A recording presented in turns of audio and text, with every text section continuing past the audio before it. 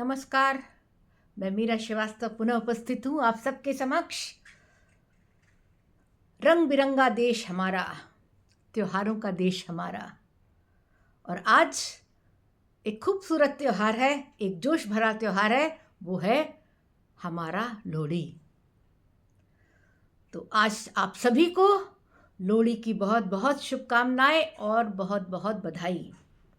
हमारे पंजाब प्रांत से प्रारंभ होने वाला ये त्यौहार है जो अधिकांशतः पूरे भारत में हम किसी न किसी रूप में मनाते हैं या जानते तो सभी हैं। शुभकामनाएं तो आजकल व्हाट्सएप पे हम तुरंत देते हैं अपने मिलने वालों को, मिलने जुलने वालों को, अपने लोगों को जो हमसे जुड़े हुए लोग हैं। बधाई देने का मौका हम भारतीय कभी छोड़ते नहीं हैं। तो लोहड़ी का त्यौहार भी ऐसा ही है। सर्दी के दिन है, सर्दी जाने का त्यौहार है, कृषि के फसलों के आने का त्यौहार है, खुशियों का त्यौहार है। विशेष लोहड़ी किसकी है? जिसके घर में नई नई शादी हुई है, जिसके घर में कोई संतान आई है। तो ऐसे सभी लोगों के यहाँ जिनके यहाँ ये विशेष लोहड़ी है, उनको विशेष बधाई। और सभी भारतवासियों को हमारे लोहड़ी त्यौहार की बहुत बहुत बधाई।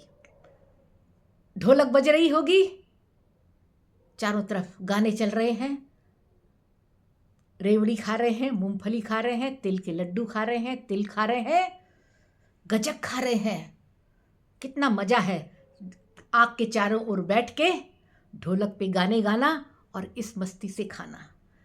हमारे देश में हर त्यौहार ही इस मस्ती को, इस रंग को, इस खुशियों को बांटने का, महसूस करने का और सबके साथ मिलने का त्यौहार है। तो ऐसे ही इस विशेष त्यौहार पर आप सभी को पुनः बधाई। ढोलक पंजाब की बज रही थी, मैंने पहले आज बज रही होगी। पंजाब जो ढोलक चलती है, टप्पे गाते हैं, पंजाबी गाने गाए जाते हैं। ठीक है, तो इसकी भी विशेष कहानियाँ, कभी लोक नृत्य के बारे में बताऊंगी या लोक कहानियों के बारे में बताऊंगी, तो आपको फिर मैं उन कहानियों के क्षेत्र में ले चलूँगी। इस लोहड़ी के पीछे भी कथा है, तो ठीक है। लेकिन अभी मैं वाद्यों पर ये बात ख़त्म कर लूँ तो आगे चलूँगी। ठीक है, मेरे वीडियो आपको पसंद आ रहे हो तो लाइक ज़रूर करिए। आप लोग, बहुत सारे लोग मुझे कमेंट्स करते हैं, अच्छे अच्छे कमेंट्स, पर लाइक पर बटन दबाना भूल जाते हैं। तो कृपया करके लाइक पर ज़रूर बटन दबाएं। कमेंट्स कर सकते हो तो कमेंट्स भी करें। और जो नए लोग मेरा वीडियो देख रहे हैं या जिन्होंने सब्सक्राइब नहीं किया है, उनसे हाथ जोड़कर प्रार्थना है, उनसे निवेदन है कि वो वीडियो को सब्सक्राइब भी, मेरे वीडियोस को सब्सक्राइब भी ज़रूर करें। पंजाब की ढोलक के बारे में और गुजरात की ढोलक के बारे में मैंने आपको बताया था। आज हम चलते हैं बंगाल की ओर। शांत रविंद्र संगीत की धुनों पर लहराता गाता हमारा बंगाल, पश्चिम बंगाल। पर यहाँ भी ढोलक बजती है। एक तो ढोलक होती है हमारे ही तरह, जो दोनों तरफ से बजती है, थोड़ी बड़ी होती है, बनती वही है चमड़े से। ठीक है, पर एक ढोलक भी होती है जिसको उनके यहाँ ढाक बोलते हैं, वो एक तरफ की होती है, ढाक।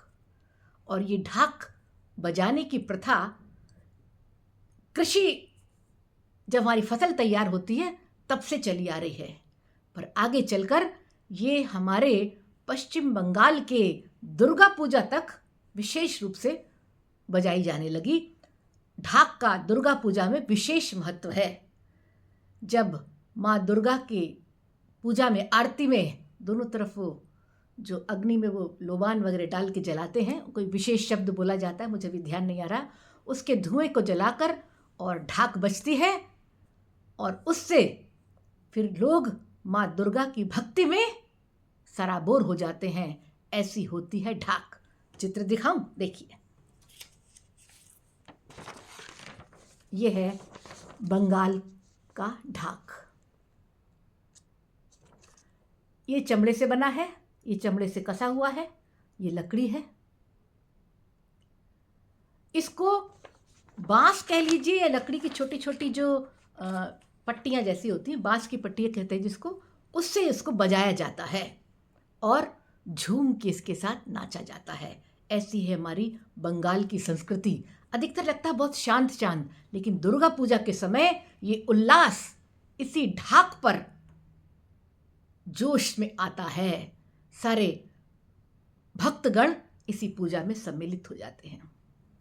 देखिए, हमारा देश विभिन्न प्रांतों का है। हर प्रांत अपनी एक अलग विशिष्टता लिए हुए है।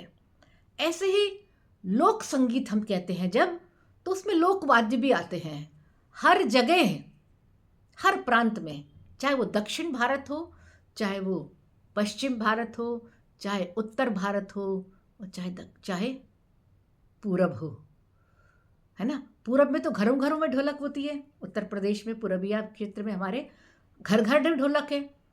पर पूर्वी जो हमारे 8 जो सिस्टर, 7 सिस्टर थे, फिर उसके बाद सिक्किम जुड़ गया तो 8 जो सिस्टर, यहाँ पर भी ढोलक होती है। पर ढोलक का थोड़ा सा रूप अलग होता है। ढोलक वही है जो 2 हाथों से बजाते हैं, जो चमड़े से मढ़ी होती है, जिस पर गाना गाते हैं या जिस पर नृत्य करते हैं।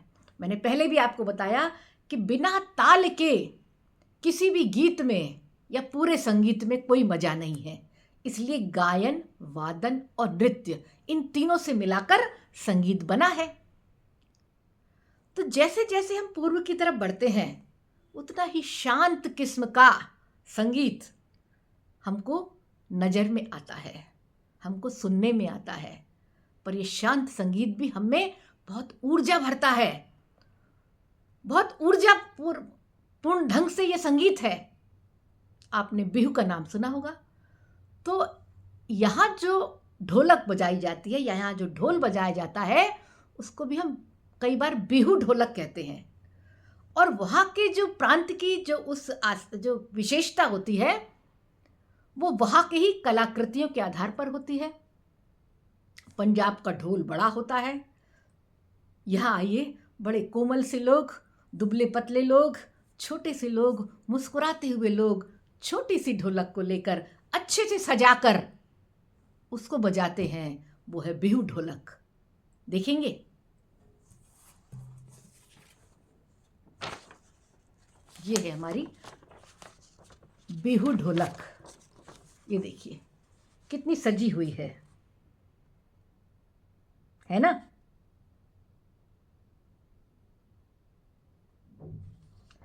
ये असम वासियों का बहुमूल्य वाद्य यंत्र है। संगीत में इसका विशेष प्रयोग होता है। इसके इधर भी चमड़े से बना है। देखिए, थोड़ी सी इसमें जो लेप लगाया जाता है, सभी वाद्यों में ये लेप जो है इसकी टंकार के लिए इसकी बचता है। ये कसी हुई है।